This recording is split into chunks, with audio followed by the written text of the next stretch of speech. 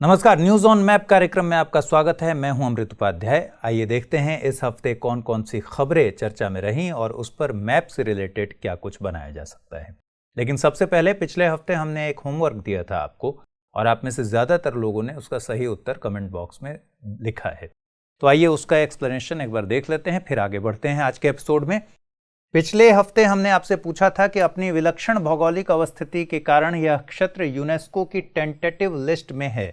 पहला hint, Asia के भौगोलिक नक्शे पर अगर आप गौर से नजर डालेंगे तो पाएंगे कि दुनिया की बड़ी पर्वत श्रृंखलाएं तियान शान, हिंदू कुश, हिमालय, कलाकुनलुन, सुलेमान इत्यादि यहां अभिसरित होती हैं। यह सबसे बड़ा हिंट। अत्यधिक तुंगता के कारण, तुंगता मतलब एल्टीट्यूड, अत्यधिक तुंगता के कारण यहां की जलवायु शीत और शुष्क है। पर्वतीय अवस्थिति होने के कारण यह क्षेत्र अर्गली, भराल और उरियल, जो कि भेड़ के नाम है, और आइबेक्स और मारखोर, बकरी के लिए अनुकूल पारितंत्र है। और सही जवाब इसका क्या था? पामीर की गांठ। ठीक है, ऑप्शंस और दिए गए थे, अल्ताई माउंटेन, ताड़िम बेसिन, कोबडो का पठार। तो अल्ताई माउंटेन पामीर की गांठ के नॉर्थ में पड़ता है, कोबडो का पठार नॉर्थ में पड़ता है और ताड़िम बेसिन इसके ईस्ट में है। ठीक, देखिए पामीर की गांठ या पामीर नॉट ये रहा। यहां पर बहुत सारे जो श्रृंखलाएं हैं आकर अभिसरित होती हैं, जैसे तियान शान, ठीक है, कुनलुन, काराकोरम, हिमालय, ये ट्रांस हिमालय का पार्ट हो गया, ये हिमालय, और हिंदकुश। तो ये सारे यहां अभिसरित होते नजर आएंगे, इसलिए पामीर की गांठ इसका सही उत्तर है। आप में ज्यादातर लोगों ने सही उत्तर ही दिया है। चलिए अब अगली खबर देखते हैं।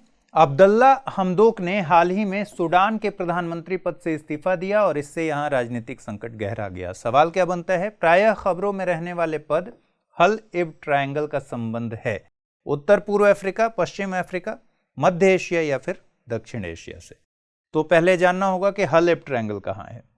मैप पर देखिएगा, इजिप्ट और सूडान का जो बॉर्डर है, ये यहां पर रेड सी की तरफ, लाल सागर की तरफ मैप डॉट डॉट करके इस तरीके से है। ठीक है, ये जो पूरा एरिया है इसको बोलते हैं हल इब ट्रायंगल। हल इब या फिर इसको बिर तालिब भी बोलते हैं, बिर तालिब ट्रायंगल। ठीक है, हल इब या फिर बिर तालिब ट्रायंगल बोलते हैं। और ये पूरा जो इलाका है इजिप्ट और सूडान के बीच में, यहां विवाद बना रहता है। तो इस तरह इस प्रश्न का सही जवाब क्या होगा? ये अफ्रीका का कौन सा हिस्सा हुआ? एशिया वाले ऑप्शंस तो दोनों हट गए। अफ्रीका का कौन सा हिस्सा हुआ? नॉर्थ ईस्ट वाला हिस्सा हुआ। तो सही जवाब क्या होगा? उत्तर पूर्व अफ्रीका से संबंधित है, इसलिए ऑप्शन ए इसका करेक्ट आंसर है। नेक्स्ट, इराक की राजधानी बगदाद में ईरान के पूर्व सैन्य कमांडर कसिम सुलेमानी, जो कि कुद्स फोर्स के कमांडर थे, उनकी मौत की दूसरी बरसी के मौके पर हजारों लोगों ने सड़कों पर प्रदर्शन किया। ठीक है, तो इराक से रिलेटेड देखते हैं मैप क्या बन सकता है। एक तरफ है राजधानी और दूसरी तरफ है नदी। बगदाद, टिग्रिस, खार्तूम, नील, जूबा, कांगो। उपर्युक्त में से कौन सा या से युग्म सही सुमेलित है या है? केवल एक और दो, केवल दो और तीन, केवल एक और तीन, या फिर उपर्युक्त सभी? तो हमको देखना है बगदाद, खार्तूम और जूबा। बगदाद किसकी राजधानी है? बगदाद है इराक की राजधानी और यह है टिग्रिस का फ्लो। ठीक है, ये जो ब्लू लाइन से दिख रहा है आपको, ये टिग्रिस है और टिग्रिस के ठीक तट पे है बगदाद। तो टिग्रिस और बगदाद ये बिल्कुल सही सुमेलित है। अब आइए खार्तूम। खार्तूम किसकी राजधानी है? खार्तूम राजधानी है सूडान की। यह है खार्तूम। खार्तूम की खास बात यह है कि यहां पर यह ब्लू नील इधर से आती है और व्हाइट नील इधर से आती है, और ये संगम है ब्लू नील और व्हाइट नील का, और इसके बाद इसको कहते हैं नील नदी। ठीक है, तो दूसरा ऑप्शन भी बिल्कुल ठीक है। खार्तूम, नील नदी दिया हुआ है, ब्लू नील और व्हाइट नील का संगम स्थल है खार्तूम, और वहां से इस नदी को नील बोलते हैं। तो ये बिल्कुल सही है। और अगला आपका है जूबा। जूबा साउथ सूडान की राजधानी है और ये व्हाइट नील पर एस्टैब्लिश्ड है। ठीक है, यहां व्हाइट नील है, यही जूबा से होते हुए व्हाइट नील जाकर कहां, खार्तूम में ब्लू नील के साथ मिल जाती है और फिर नील नदी कहलाती है। तो जूबा के पास आपका ऑप्शन दिया हुआ है कांगो, जो कि हो नहीं सकता। जूबा किसके तट पे है, व्हाइट नील के तट पे है, इसलिए ऑप्शन सी इसका कांगो वाला जो ऑप्शन है ये गलत है। और 1 और 2 टिग्रिस, बगदाद और खार्तूम नील ये बिल्कुल सही है, इसलिए ऑप्शन ए इसका सही उत्तर होगा। ऐसे अगर आप देखिएगा कि अगर आपको पता हो बात कांगो नदी की हो रही है और कांगो नदी से डीआरसी से अगर आप ऐसा ये कर पाए कि अनुमान भी लगा पाए कि डीआरसी के इर्द गिर्द कांगो को होना चाहिए, तो फिर जूबा वाला ऑप्शन ऐसे भी खत्म हो जाएगा और फिर यही ऑप्शन बचेगा। चलिए अगली खबर देखते हैं। माली इन दिनों अशांति के दौर से गुजर रहा है। एक हमले में 8 से ज्यादा सैनिकों की मौत हुई है। पाकिस्तान की सेना और पाकिस्तानी तालिबान के बीच उत्तरी वजीरिस्तान में गोलीबारी हुई और कुछ सैनिकों की मौत हो गई। अब सवाल बनता है खबरों में रहने वाले स्थान और अवस्थिति। ठीक है, नारा पश्चिमी अफ्रीका, मीर अली दक्षिण एशिया, अबेई उत्तर पश्चिम अफ्रीका, काफिया किंगी अरब प्रायद्वीप। हमें बताना है कौन से युग में इसमें सही सुमेलित हैं। केवल 1 और 3, केवल 1 और 2, केवल 2 और 4, केवल 3 और 4। आइए मैप पर देखिए। सबसे पहले नारा, नारा है माली में। ठीक, यहां पर लोकेटेड है माली में। तो इस तरह से, और ऑप्शन क्या दिया हुआ है नारा का, पश्चिम अफ्रीका। और ये कौन सा हिस्सा है, ये पश्चिम अफ्रीका ही है, वेस्टर्न अफ्रीका ही है, इसलिए ये बिल्कुल सही है। तो पहला ऑप्शन तो सही हो जाता है। ठीक है, दूसरा है मीर अली। मीर अली है पाकिस्तान में। ठीक है, अफगानिस्तान से सटा हुआ है पाकिस्तान में, अफगानिस्तान से सटा हुआ है, बॉर्डर वाले इलाके में है। तो मीर अली पाकिस्तान, साउथ एशिया इसका ऑप्शन है। तो साउथ एशिया बिल्कुल ठीक है, क्योंकि पाकिस्तान साउथ एशिया का हिस्सा है। अबेई, अबेई कहां पर है, अबेई है सूडान और साउथ सूडान के बीच में। जब सूडान और साउथ सूडान का बॉर्डर देखिएगा तो उसके बीच में एक ऐसी संरचना आपको दिखेगी, डॉट डॉट डॉट से। ठीक, तो ये वाला जो हिस्सा है यही है अबेई। यहां देख लीजिए, यहां। ठीक है, अपने मैप पर देखिएगा, अबेई ये है। ठीक, ये कह रहा है उत्तर पश्चिमी अफ्रीका, तो ये यहां पर गलत हो जाएगा। और काफिया किंगी चौथा ऑप्शन है, जो कह रहा है अरब प्रायद्वीप। काफिया किंगी कहां पर है, 3 कंट्रीज, ये यहां पर एक ट्रायंगल जैसा है जिसमें सूडान, साउथ सूडान और सेंट्रल अफ्रीकन रिपब्लिक आते हैं और तीनों के बीच में एक विवाद चलता है। ये वाला इलाका है काफिया किंगी का, काफिया किंगी। ठीक, यहीं पर जहां अबेई है, यहीं जस्ट बगल में ही एक जगह है हेगलिक। हेगलिक क्राइसिस का आपने नाम सुना होगा। यह भी साउथ सूडान और सूडान के बीच में एक विवादास्पद जगह है। तो हेगलिक को भी आप याद रख सकते हैं। तो इस तरह इसका ऑप्शन अरब प्रायद्वीप तो नहीं हो सकता। तो इसका सही ऑप्शन क्या होगा, 1 और 2 बिल्कुल सही हैं, यानी कि ऑप्शन सी इसका करेक्ट आंसर है। चलिए अगली खबर। पिछले दिनों दक्षिण अफ्रीका की संसद में बड़े पैमाने पर आग लग गई थी और यहां की संसद विधायी राजधानी केप टाउन में बनी हुई है। ठीक है, ब्रिक्स देशों की निम्नलिखित राजधानियों में कौन अन्य 3 से भिन्न है। ब्रिक्स के 4 देशों को लिया गया है और चारों की राजधानियां बताई गई हैं। आपको बताना है कि इन चारों में एक कोई किसी वजह से अलग है। दिल्ली, मॉस्को, केप टाउन और ब्राजीलिया, मतलब भारत, रूस, दक्षिण अफ्रीका और ब्राजील की बात हो रही है। ठीक, चलिए सबसे पहले देखिए मॉस्को। सबसे पहले देखते चलते हैं मॉस्को, नई दिल्ली, ठीक है, केप टाउन और ब्राजीलिया। क्या अंतर दिखा? ब्राजीलिया लैंडलॉक्ड, केप टाउन है कोस्ट पे, और मॉस्को और नई दिल्ली ये भी तट पर नहीं है, लैंडलॉक्ड। तो इस तरह से कौन सा ऑप्शन बनेगा इसका?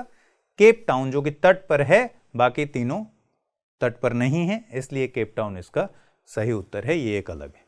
ठीक, अगला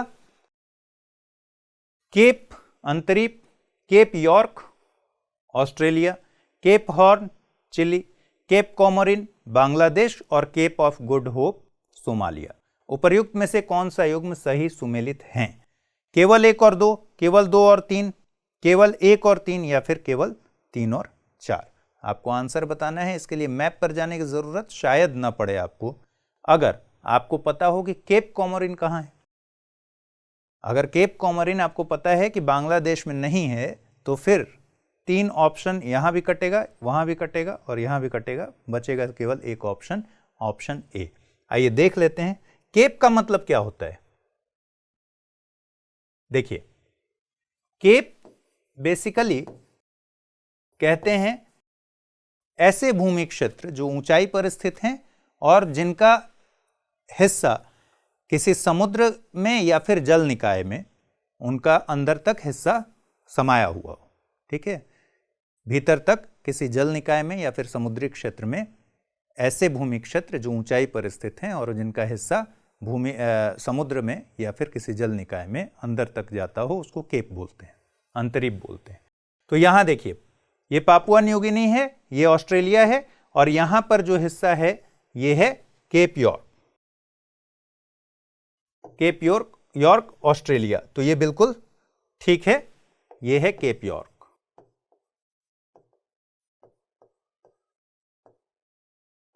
ठीक है, ये हिस्सा है केप यॉर्क वाला। अब आइए केप हॉर्न, चिली और अर्जेंटीना का जब आप नक्शा देखेंगे तो नीचे चिली में यहां पर केप हॉर्न है।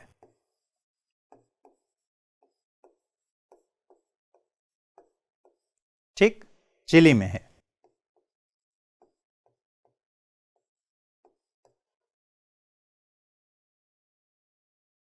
अब अगला क्या है?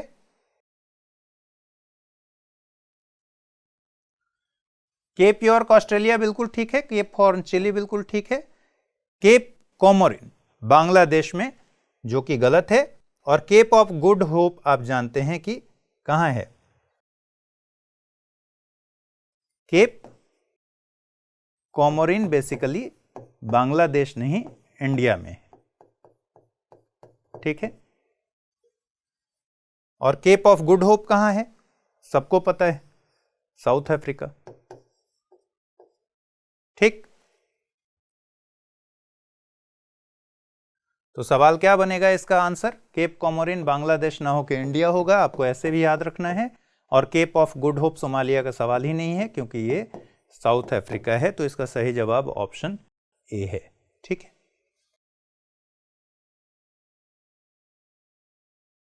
अगला सवाल। पिछले दिनों अमेरिका के कोलोराडो के जंगलों में आग लगने से कई हजारों हेक्टेयर वन भूमि का नुकसान हुआ। तो उच्चावच एक तरफ दिया हुआ है, अवस्थिति दी हुई है कोलोराडो पठार उत्तरी अमेरिका, कारू क्षेत्र दक्षिण अफ्रीका, माउंट विंसन अंटार्कटिका और मैटो ग्रासो का पठार दक्षिण अमेरिका। हमें बताना है कि कौन से युग्म सही सुमेलित हैं। केवल 1 2 3, केवल 2 3 4, केवल 1 2 4 और लास्ट ऑप्शन है उपर्युक्त सभी। चलिए, कोलोराडो का पठार ये है यूनाइटेड स्टेट में।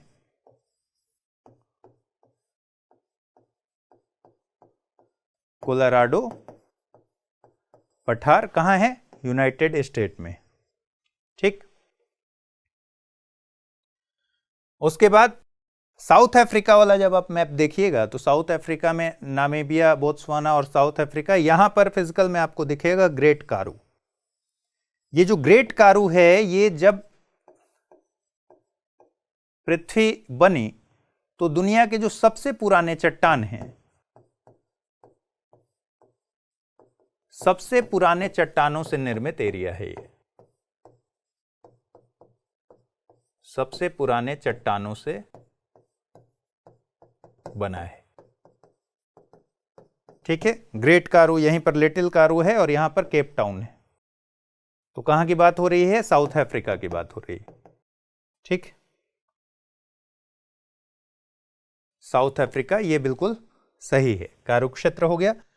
फिर माउंट विंसन अंटार्कटिका में, ये अंटार्कटिका है और अंटार्कटिका महाद्वीप में माउंट विंसन ये रहा, और ये सबसे ऊंचा पर्वत क्षेत्र है अंटार्कटिका का, सबसे ऊंचा पर्वत क्षेत्र है। ठीक है, वो भी बिल्कुल सही है। और चौथा है मेटाग्रासो का पठार। मेटाग्रासो कहां है? ब्राजील। ठीक है,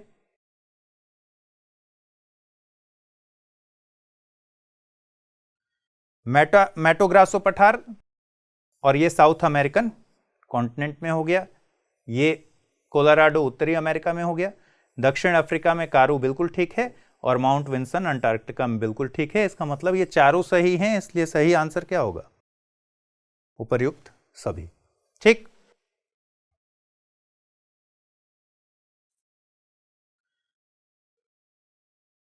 चलिए अगला।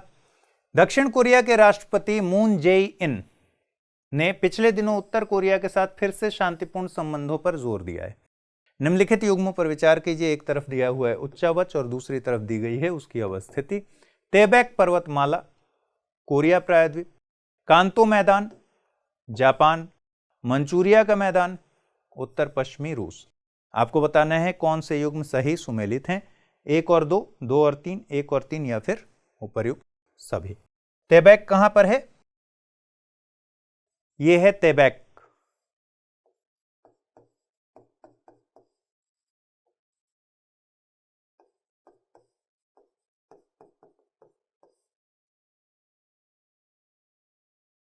ठीक है, अपने मैप पर देखिए, नॉर्थ कोरिया और साउथ कोरिया के बीच में इस तरीके से, ये नॉर्थ कोरिया हो गया, ये साउथ कोरिया हो गया, इसके बीच में तेबेक की पर्वतमाला है। तो ये पहला हो गया। और जापान में है यहां पर कांतो, कांतो मैदान, जो कि बहुत फेमस है। ठीक है, तो ये दोनों बिल्कुल ठीक हैं। और मंचूरिया का मैदान बता रहा है उत्तर पश्चिमी रूस, जबकि मंचूरिया का मैदान है यहां। ठीक, मंचूरिया का मैदान है उत्तर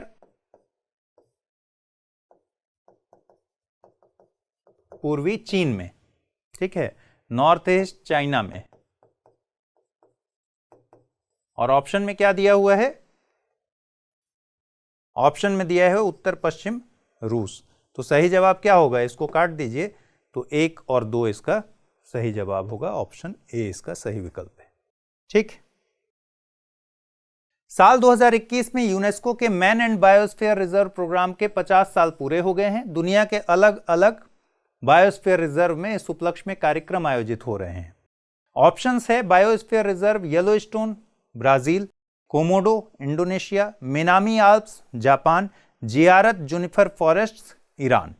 ठीक है, आपको बताना है कौन से युग्म सही सुमेलित हैं। केवल 1 और 2, केवल 2 और 3, केवल 1 और 3, और केवल 1 और 4। आइए देखिए, येलोस्टोन बहुत ही फेमस है। अगर आपको पता हो, येलोस्टोन यूनाइटेड स्टेट में है। मैं यहां एग्जैक्ट मार्क नहीं कर रहा हूं, सिर्फ देश के सामने लिख रहा हूं। येलोस्टोन बायोस्फीयर रिजर्व कहां है? यूएसए में है। उसके बाद क्या कह रहा है? कोमोडो, कोमोडो इंडोनेशिया में है।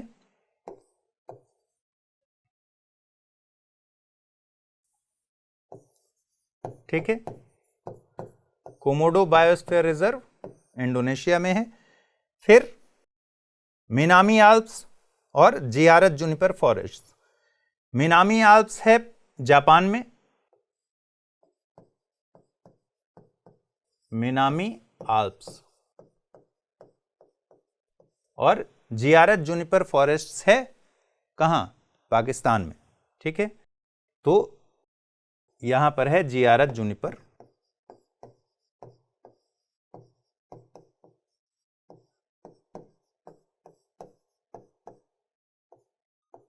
फॉरेस्ट्स।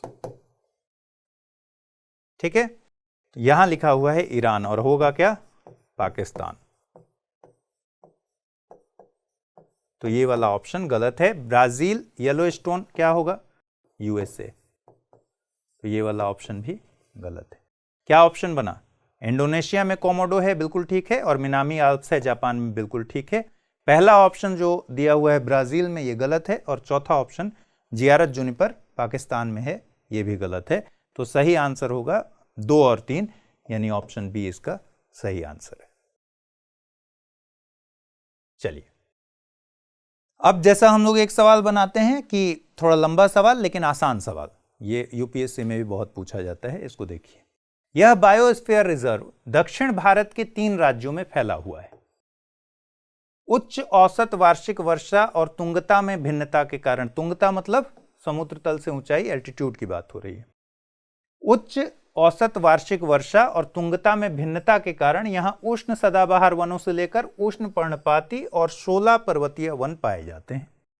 वनीय अनुकूलता के कारण यह संरक्षित क्षेत्र सिंह पूंछ बंदर, लॉयन टेल्ड मकाक और बाघों के लिए महत्वपूर्ण आवास स्थल है। वायनाड वन्यजीव अभयारण्य, नागरहोल, बांदीपुर, मुदुमलाई टाइगर रिजर्व और साइलेंट वैली नेशनल पार्क इसका हिस्सा हैं। यह बायोस्फीयर रिजर्व है। कुछ कुछ तो आपको हिंट हो रहा होगा। अगर साइलेंट वैली नेशनल पार्क की ही बात करें तो आप इन ऑप्शंस में से देखिए कि कौन सा ऑप्शन सही हो सकता है। Agasthyamalai biosphere reserve, Seshachalam hills biosphere reserve, Nilgiri biosphere reserve और मन्नार की खाड़ी बायोस्फीयर रिजर्व। ठीक, तो यहां बात हो रही है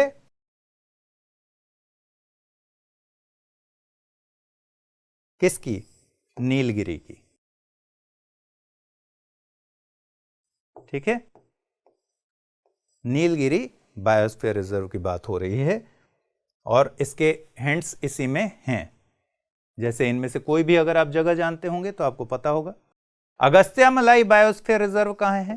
तमिलनाडु में और प्लस थोड़ा सा केरल में, कुछ हिस्सा केरल में अगस्त्यामलाई का। शेषाचलम हिल्स बायोस्फीयर रिजर्व कहां है? आंध्र प्रदेश में। ठीक है, नीलगिरी बायोस्फीयर रिजर्व आपको पता है जिसके बारे में बात हो रही है। मन्नार की खाड़ी बायोस्फीयर रिजर्व तमिलनाडु से ताल्लुक रखता है। तो इस तरह इसका सही आंसर क्या है? Option C. ठीक है,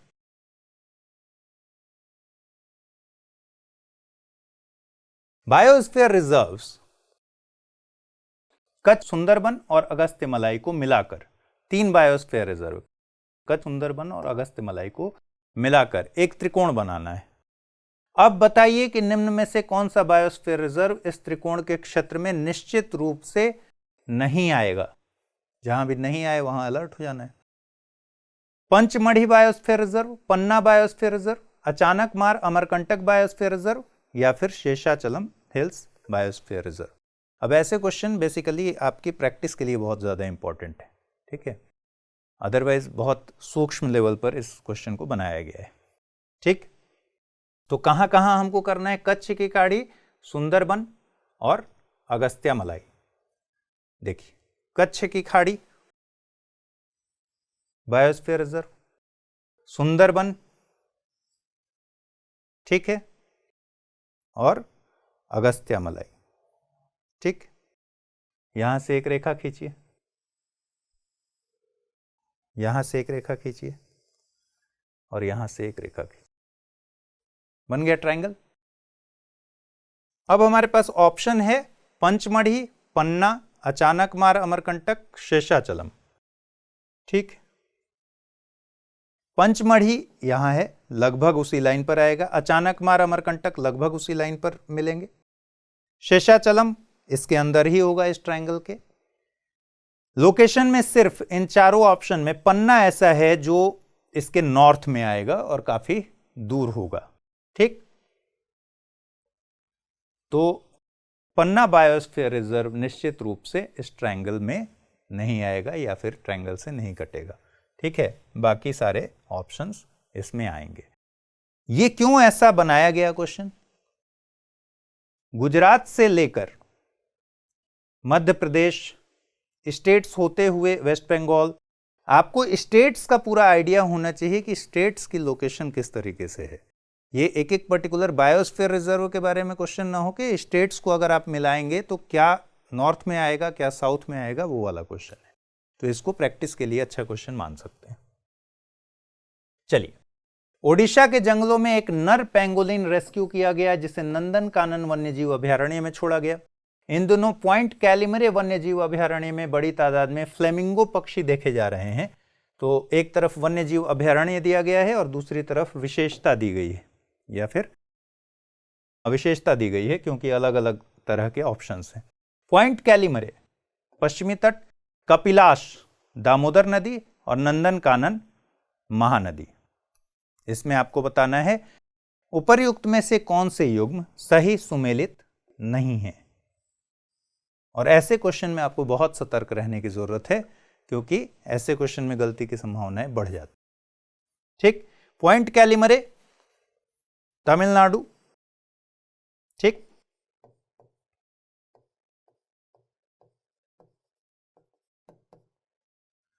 पॉइंट कैलिमर बोल लीजिए, पॉइंट कैलिमरे बोल लीजिए। कपिलाश और नंदनकानन हमें देखना है। नंदनकानन उड़ीसा में,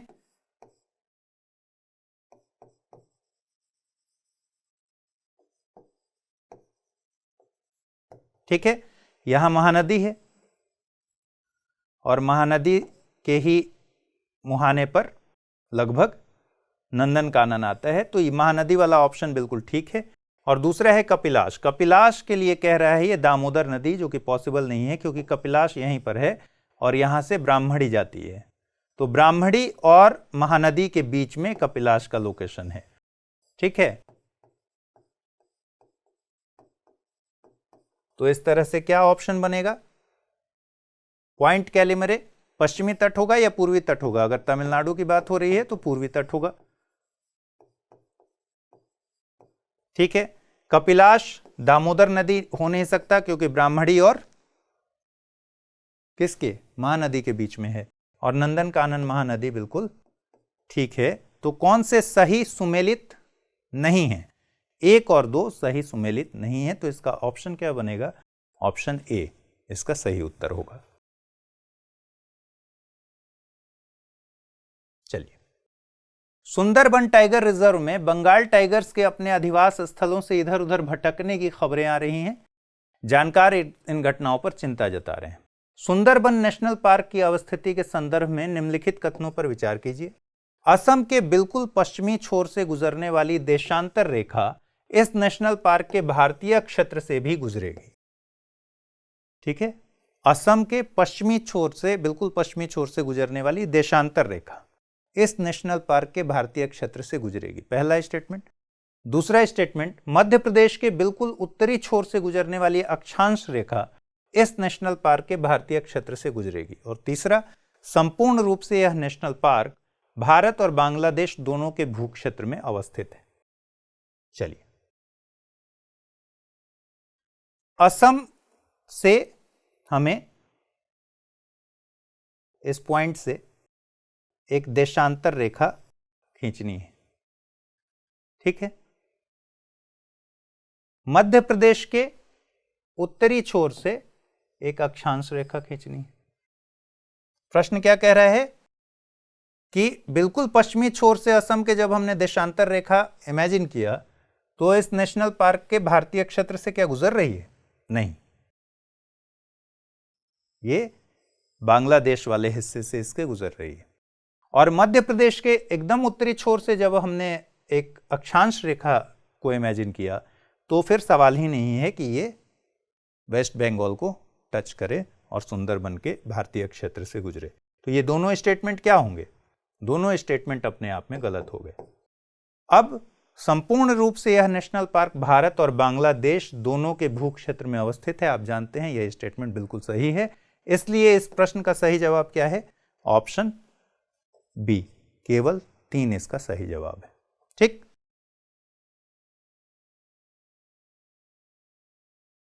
परिसीमन के कारण इन दिनों जम्मू और कश्मीर खबरों में है। तो एक सवाल देखते हैं। धौलाधार श्रृंखला के बड़ा भंगल से किस श्रृंखला की बात हो रही है? धौलाधार से निकलने वाली यह नदी शुरुआत में उत्तर पश्चिम दिशा का अनुसरण करती है। इस दौरान यह डलहौजी पहाड़ी की तलहटी और चंबा घाटी से होकर गुजरती है। ठीक है, इसके बाद चंबा के कुछ उत्तर से एकदम विपरीत में अर्थात पश्चिम और दक्षिण पश्चिम दिशा में गमन करती है। इस दौरान यह जम्मू कश्मीर और पंजाब और आखिर में भारत और पाकिस्तान के बीच सीमा बनाते हुए आगे चिनाब में मिल जाती है। प्रसिद्ध रंजीत सागर बांध भी इसी नदी पर है। यह नदी है, आपको नदी की पहचान करनी है।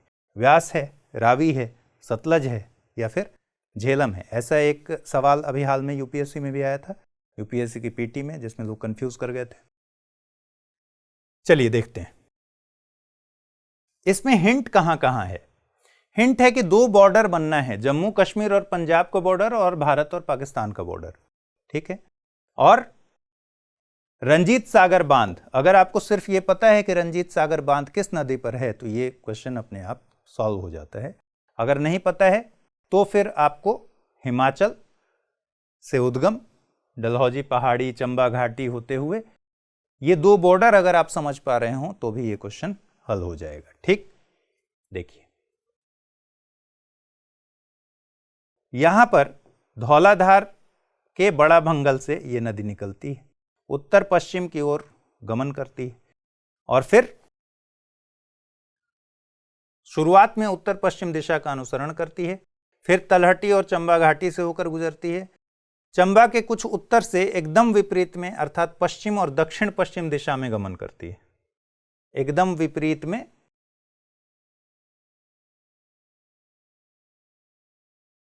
ठीक है, पश्चिम और दक्षिण पश्चिम दिशा में गमन करती है।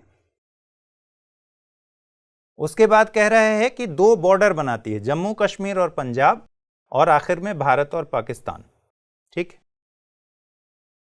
ये जम्मू कश्मीर और पंजाब के बॉर्डर को बनाते हुए, ठीक, और यहां पर भारत पाकिस्तान का बॉर्डर बनाते हुए पाकिस्तान में जाकर चेनाब में मिल जाती है। और रंजीत सागर बांध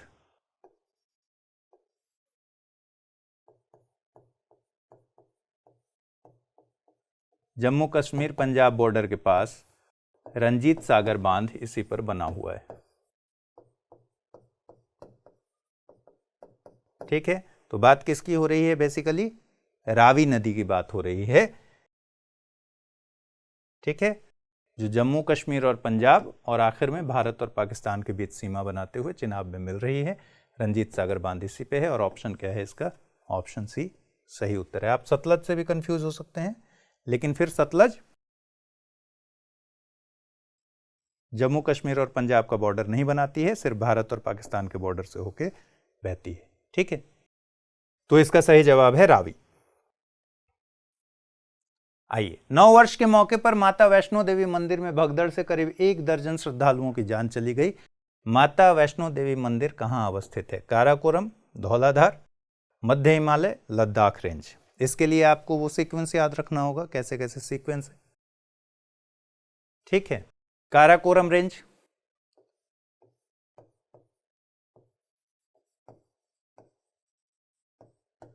लद्दाख, जास्कर, ठीक है, कालजा बोल देते थे हम इसको। काराकोरम, लद्दाख, जास्कर, पीर पंजाल, धौलाधर, शिवालिक। ठीक है, यही सीक्वेंस बनता है और जम्मू कश्मीर यहां पर है और ये वाला जो एरिया है यहां पर है वैष्णो देवी का मंदिर।